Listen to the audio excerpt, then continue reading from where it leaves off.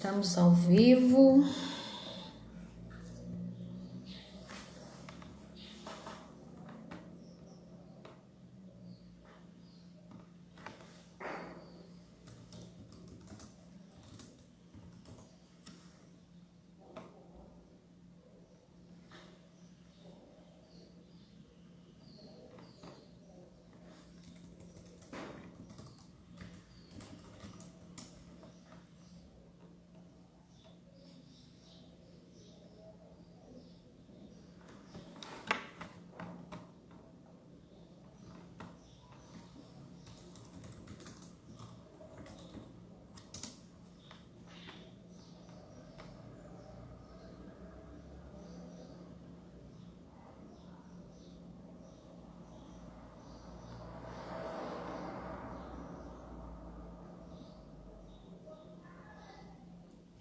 Marcelo, seja bem-vindo. Vamos aguardar um pouco para começar a live.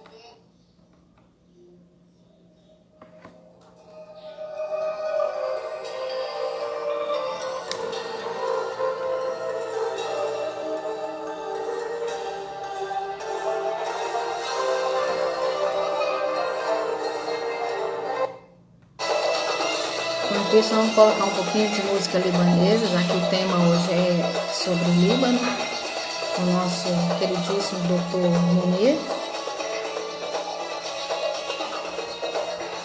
Viviane, seja bem-vinda.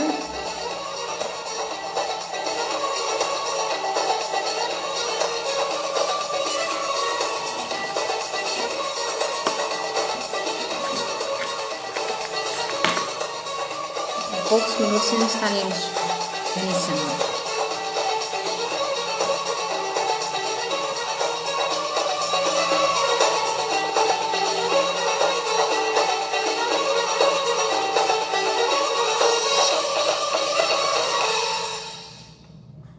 Silvana, seja bem-vinda.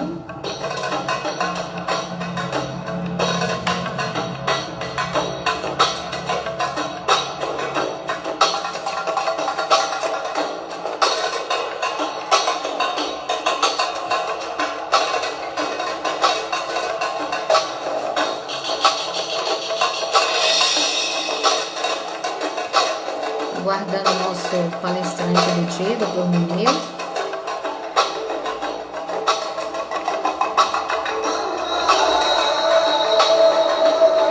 Essa música, no fundo, é uma das mais belas músicas do mundo árabe.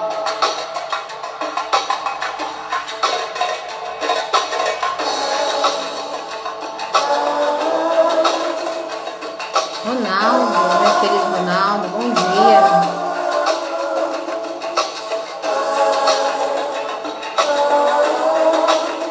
Danaína, seja bem-vinda, Danaína.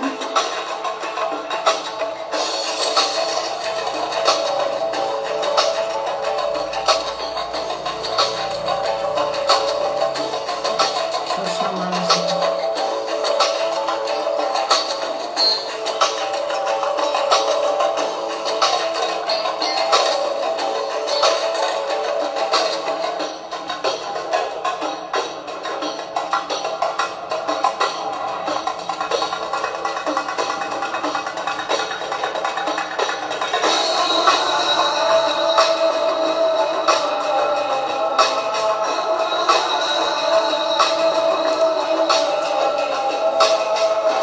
Reginaldo Angarelli, seja bem-vindo.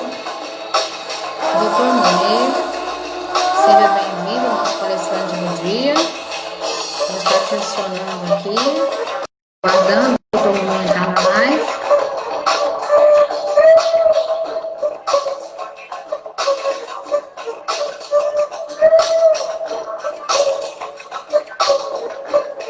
Dr. Munir, já te chamei.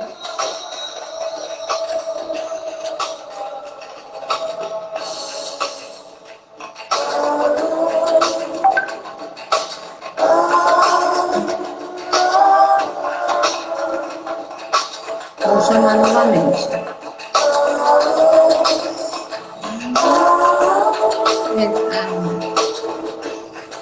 Doutor Munir? Acho que caiu, né?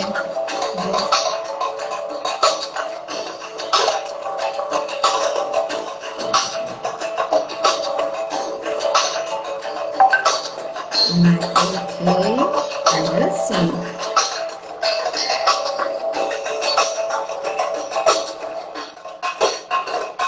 Vamos guardar o doutor Munir entrar na sala. Ah, sim, doutor Munir, bem-vindo. Vou desligar a nossa música. Olha, eu fiz questão de colocar a música libanesa, doutor Munir. Deixa eu só desligar aqui. Ok. Só diminuir aqui. Seja bem-vindo, doutor Munir, à live de hoje. É um prazer estar com o senhor hoje nessa live tão especial, para falar de um país também muito especial, doutor Munir. Seja bem-vindo. Vou falar um pouquinho do currículo do senhor, mas bem resumido, porque eu sei que o tempo é curto, né? Doutor Munir é um cirurgião dentista em Goiás, Goiânia, né? Na clínica só odonto, é um dos melhores cirurgiões dentistas do estado de Goiás e do país, e por que não do mundo, né, doutor Munir? Vem aqui falar um pouco da cultura do povo libanês, que tem mais de 7.000 anos de histórias, né? E está hoje vivendo um momento muito triste da história libanesa, que também é a história do Brasil. Por que não? Porque o nosso Brasil tem mais de 10 milhões de libaneses vivendo, além de libaneses natos e os seus descendentes, muito mais do que o próprio país do Líbano, né? Porque no Líbano hoje nós temos 3 milhões e 500 mil libaneses no Líbano. E já no Brasil nós temos mais de 10 milhões, né? A colonização nossa aqui no Brasil, ela iniciou há mais de 140 anos, né, doutor Munir? Então, quer dizer, nós não podemos falar do Líbano sem falar do Brasil, né? Nessa colonização de libaneses no Brasil, que Goiás é uma das principais, né, colonizações libanesas aqui no Brasil. Nós temos Goiás, São Paulo, Rio, Minas. Então, é muito extenso essa ligação entre o Brasil e o Líbano, e mais do que nunca é importante nós falarmos do Líbano, é importante falar desse momento tão trágico, né, que aconteceu. Tudo indica que foi imprudências, negligências, que poderia acontecer aqui no Brasil também, né? Porque nós sabemos que tem portos, não só aqui no mundo, que precisam ser revistos, né? A forma de trabalhar, o sistema de compliance, o sistema de análise de gestão, né? Nesses portos, como aconteceu no Líbano, precisa também ser revisto no Brasil, né? E eu estava analisando, doutor Munir, que no Líbano são em torno de 4 portos, né? Mas o principal foi o de Beirute, que com essa tragédia não só prejudicou a economia local, né, do país, mas de todos os países vizinhos, né, que dependem desse porto, do porto que aconteceu a tragédia. Além de N vidas, né, que é o principal nessa situação toda, que foram retiradas das famílias libanesas e famílias brasileiras, né, porque eu sei que tem muitas famílias brasileiras também chorando, né, por essas perdas. E nós não podemos deixar aqui, antes de passar a palavra ao senhor, de levantar essa questão aqui no Brasil também, né? Eu estava observando que esse mesmo produto que explodiu, né, no porto do Líbano, em Beirute, tem em Santos, e que há situações muito delicadas também no Porto de Santos e alguns portos brasileiros que precisam ser revistos as políticas de proteção para que tragédias como essas que aconteceu no Líbano não venham acontecer no Brasil. O Brasil está cansado, nós sabemos que tem N tragédias por falta de análise, falta de fiscalização, falta de uma política mais rígida de compliance, né? Que entra toda essa logística para evitar mais perdas humanas, né? Não só no que aconteceu no Líbano, mas aqui no Brasil, que não fica diferente, né, doutor Munir? Então, eu gostaria de começar com o senhor, Primeiro perguntando qual ligação que o senhor tem com o Líbano, né? Nós sabemos que o senhor tem é descendente do povo libanês, mas tem toda uma história, né? Aí que traz aqui para nosso estado de Goiás. E fica à vontade a palavra nesse sentido, doutor Munir. Doutora Célia, eu agradeço pelo convite, eu me sinto lisonjeado em poder falar contigo e com todas as pessoas que estão me vendo ou estão me escutando. Eu vou começar a falar a respeito de alguns tópicos que você citou. Realmente, a colonização, a imigração libanesa, ela começou no final do século XIX, início do século XX, mais ou menos em torno de 1880, tem relatos, tem registros que mostram a presença, a chegada de libaneses, principalmente no Porto de Santos. Esses libaneses, eles imigraram para o Brasil, lógico, no intuito de ter uma vida melhor, de construir uma vida melhor, e sempre também ajudar as pessoas, os libaneses, os parentes, os irmãos que ainda residiam ou residem no Líbano.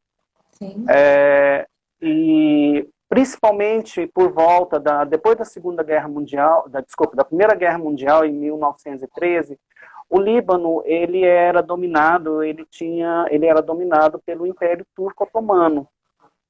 Por isso que os libaneses, os sírios, eles são chamados de turquinhos, de turcos. Aqui no Brasil. Aqui no Brasil. Os então era muito comum. Era com esse nome, né, de otomanos, né? Isso, eles iam com documentação otomana, turca, então eles eram conhecidos como os turquinhos, como os turcos. Aqui em Goiás, especificamente no estado de Goiás, nós temos hoje em torno de 300 mil libaneses e seus descendentes, que se concentraram mais na região da linha de ferro do estado, né, Orizona, Cristalina, e também, após disso, eles foram fixando residência e o comércio em todo o estado e praticamente no país inteiro. Eu sou brasileiro, os meus pais são libaneses. O meu pai veio em 1954, também da mesma forma, e veio, como a maioria dos libaneses, veio trabalhar como mascate, né? Os viajantes de porta em porta. Até por volta de 1958, ele passou por vários estados da federação até fixar residência no setor, em Campinas, que hoje é o setor Campinas. A minha mãe também é libanesa, ela veio em 1960 e veio morar na cidade de Goiânia. Aqui eles se conheceram, se casaram e comigo nós somos mais 4 irmãos. O legal do Líbano, como você mesmo citou, é que a história começa há mais ou menos 7.000 anos atrás, porque o Líbano ele tinha, primeiramente, as civilizações da Fenícia, grega, romana, persa, assíria, até os turcos otomanos. Então, cada época que tinha essa dominação, o Líbano agregou na sua cultura esse sistema também cultural. Por exemplo, é muito comum no Líbano inteiro você ver sítios arqueológicos datados da época dos gregos, datados da época dos romanos, construções do Império Otomano. Você vê as casas, os casarões, os museus do Líbano que são enormes, inclusive um que chama Sorsek, na região onde teve a explosão, que data de 1870, de uma família libanesa. Foi transformado esse palácio em museu, e infelizmente com a explosão, teve uma explosão, né, as vidraças explodiram. Então é uma situação muito ruim. Não foi só um estrago de material, além das vidas, né? Um estrago cultural muito grande, né? Sim. Eu estive no Líbano em 2007. Tive a oportunidade de conhecer, inclusive, essa região onde houve a explosão.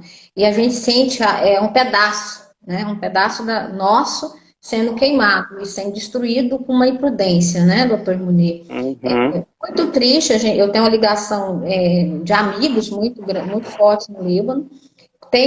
A gente entristece com essa situação e faz com que nós paremos e pensamos o que vale tudo isso, né? Diante de uma falta de prudência. A princípio, as pessoas pensam assim, o Líbano está acostumado a tantas guerras, vai levantar. Mas eu confesso para o senhor, diante da história que nós sabemos, acho que o Líbano não foi tão destruído quanto agora, né? Além das vidas que foram perdidas de uma forma tão desnecessária, né, doutor? Sem uma causa justa, né? E o libanês é um povo guerreiro. A gente sente isso, as mulheres, as crianças, os homens, a forma de entender a política, a cultura é muito viva no dia a dia no Líbano. E a valorização disso, né? E, infelizmente, doutor Munir, eu gostaria só de fechar um pouquinho aí, a mídia coloca isso de forma muito contrária, né? Que essa forma de lutar, né? Como está acontecendo hoje no Líbano, de querer mudar o governo, que o governo não está tendo um posicionamento correto, e esse foi o estupim da situação. Um verde desde 2008, às vezes coloca de uma forma tão violenta, né? Lógico que toda aglomeração, toda questionamento político de ideais e ideologias causa sim violência, mas esse lado de lutar e de buscar melhoras, infelizmente a nossa mídia ainda é um pouco peca na forma de apresentar a forma como o libanês está lutando hoje, mudanças radicais, porque só eles sabem o quanto eles estão sofrendo. Só o povo libanês e as famílias libanesas sentem na pele o que aconteceu, o que está acontecendo, o que vem acontecendo. Então, assim, é importante a gente frisar isso de uma forma tão importante, no sentido de buscar a realidade, que nós também fazemos parte dessa luta, né? Sim, é justamente isso. Para a gente poder entender essa questão política do Líbano, quando o Líbano teve a sua independência, em 1942, 43, ele tinha uma proteção da França. E na Segunda Guerra Mundial, os países eles foram divididos para os países que estavam na guerra. O Líbano, a Síria, por exemplo, ela ficou sob domínio francês. Quando o Líbano teve a sua independência, a Carta de Constituição ela foi feita baseada que foi solicitado pela França. Então, a política do Líbano ela é um pouco diferenciada e ela é um pouco confusa.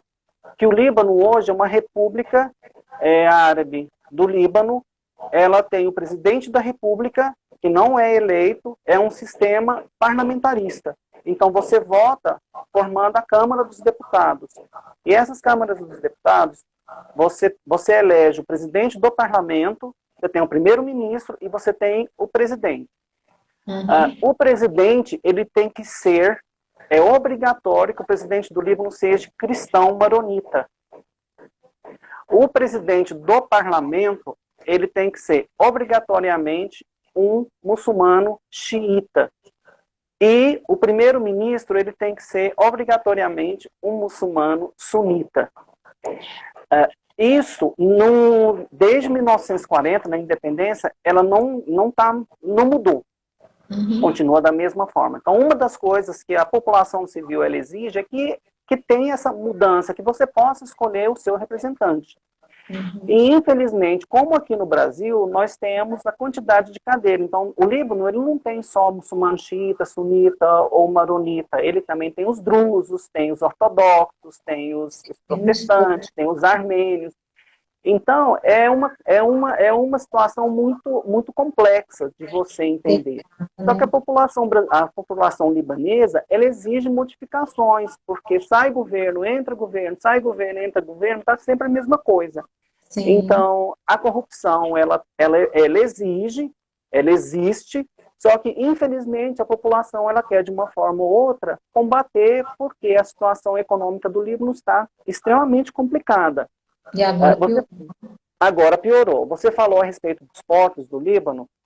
O Líbano tem quatro portos principais, que é o de Tiro, o de Sidom, que estão no sul do Líbano, você tem o de Beirute e você tem o de Trípoli. Mas 80% da carga que vai para o Líbano e que vai para outros países, eles aportam no aeroporto, no porto de Beirute. Uhum. E ele foi praticamente todo destruído, 80%, 90% do porto. Esses portos, eles são citados desde a época bíblica, né, esses portos.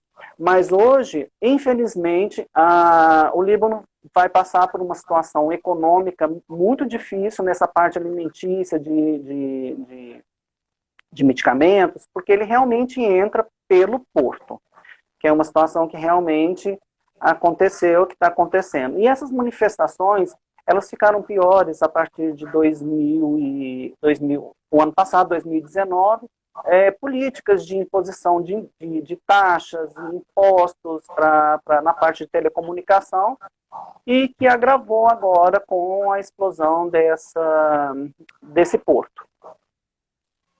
Sim. Doutor, o que nós percebemos diante do que acontece hoje no Líbano? A economia do Líbano com o Brasil, o mercado entre o Brasil e o Líbano hoje, até 2019, estava em torno de 400 milhões, né, de parcerias econômicas.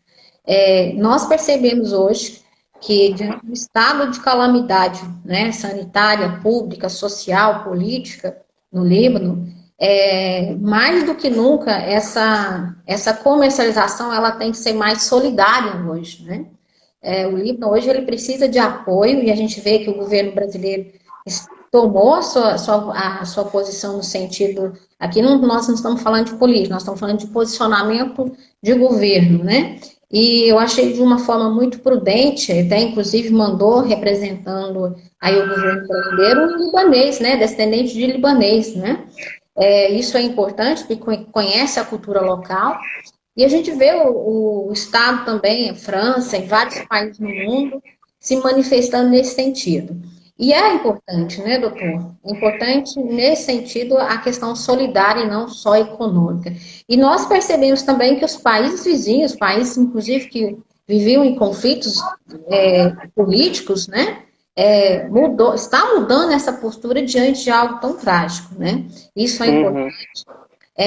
Que seja um exemplo para todos nós, além da pandemia, né? Que até recentemente, conversando com uma libanesa no Líbano, ela falou algo que realmente a gente para analisar. Neste momento que aconteceu no Líbano, e que pode acontecer aqui no Brasil, em alguns portos brasileiros, a pandemia é algo irrisório diante do que aconteceu lá. Isso foi uma fala dela, né? E aí a gente não... Falando disso à distância, é difícil de sentir, né? Mas sabe, temos a noção do Estado que atingiu toda essa questão. Doutor Moreira, tem uma pergunta aqui. Aqui está falando assim, mas e a Sharia é adotada no Líbano? No Líbano. A Sharia, ela é uma interpretação do Alcorão Sagrado, que é o livro dos muçulmanos, interpretado principalmente pelos muçulmanos xiitas, que devem seguir o que está realmente escrito no Alcorão. Mas isso é uma forma de interpretação. Por exemplo, as pessoas acham que as mulheres islâmicas elas têm que tampar todo o rosto.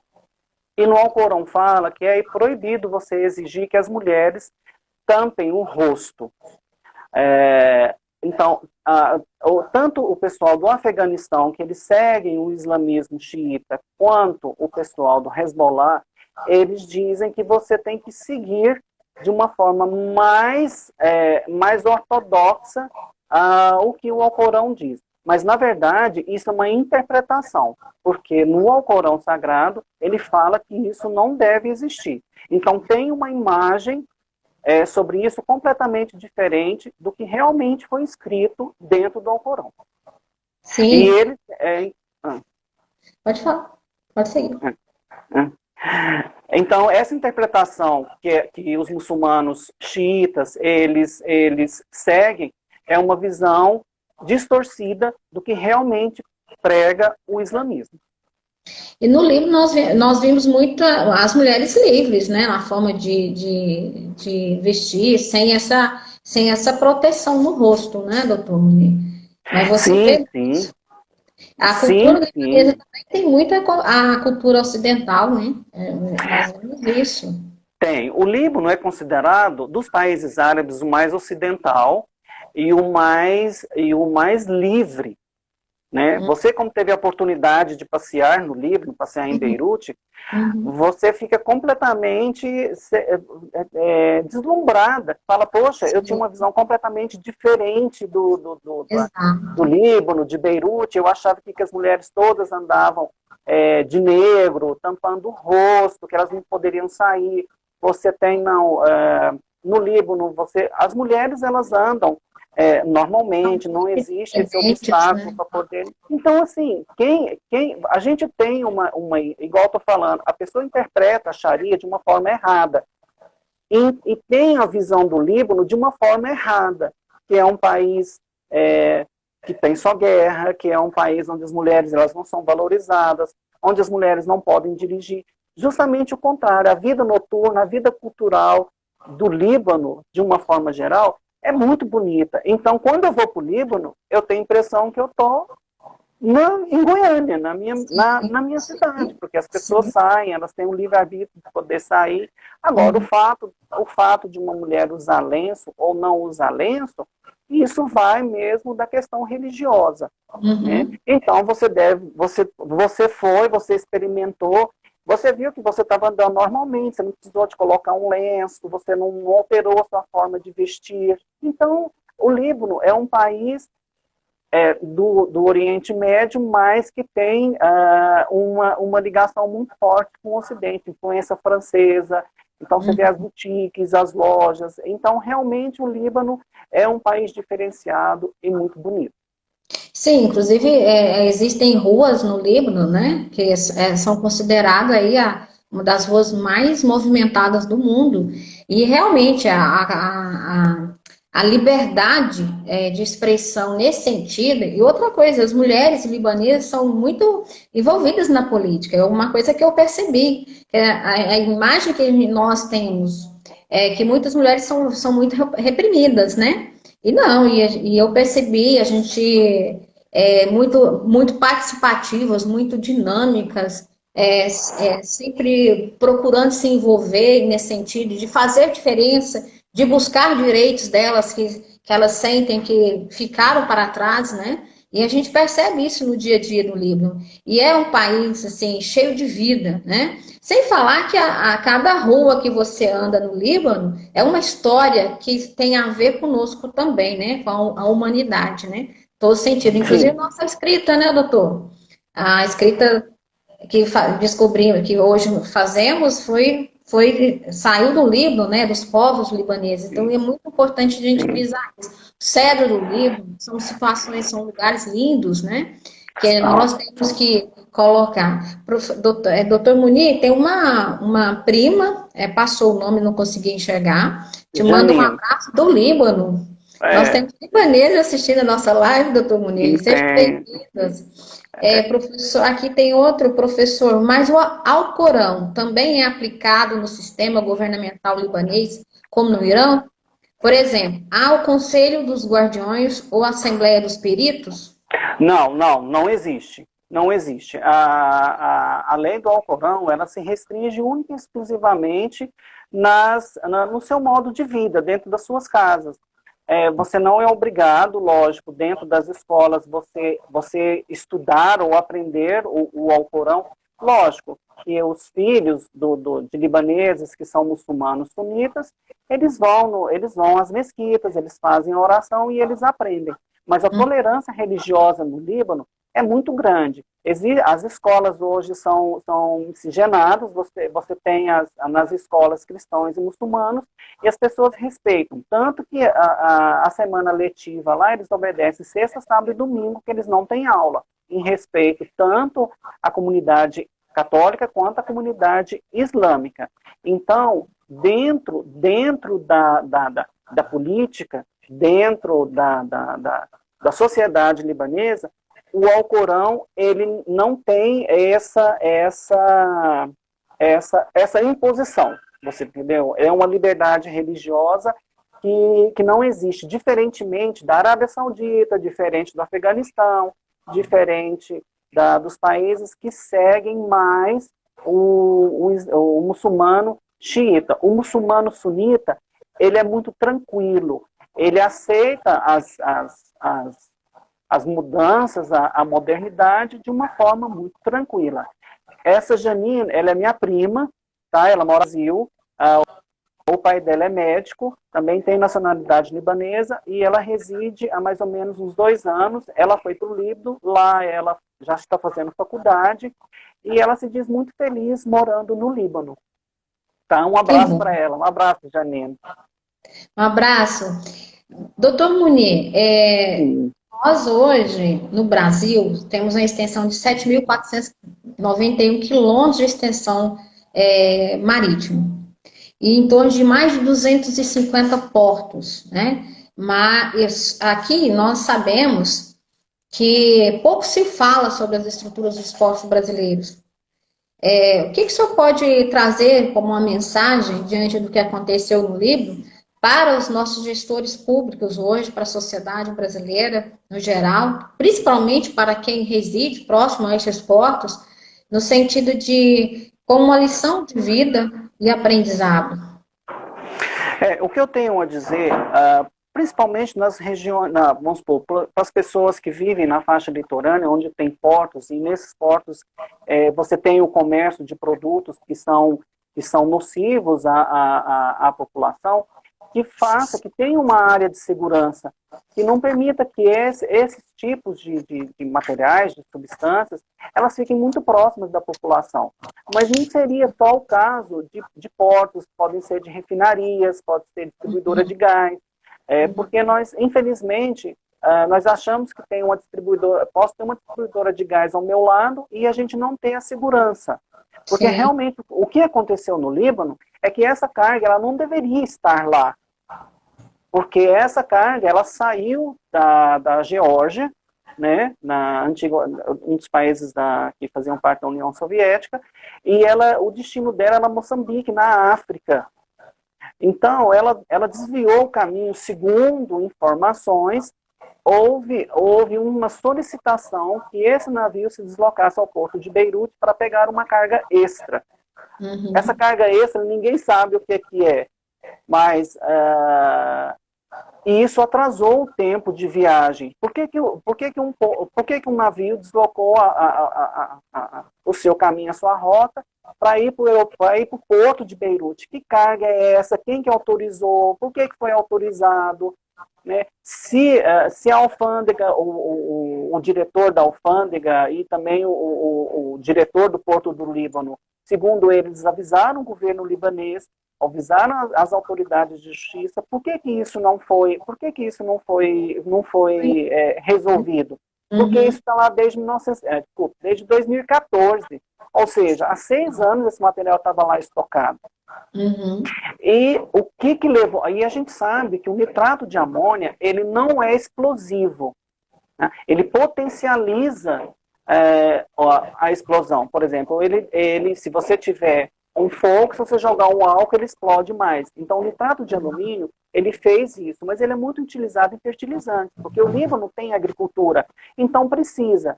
Então, essa substância pronta, fabricada, ela não é nociva para a população.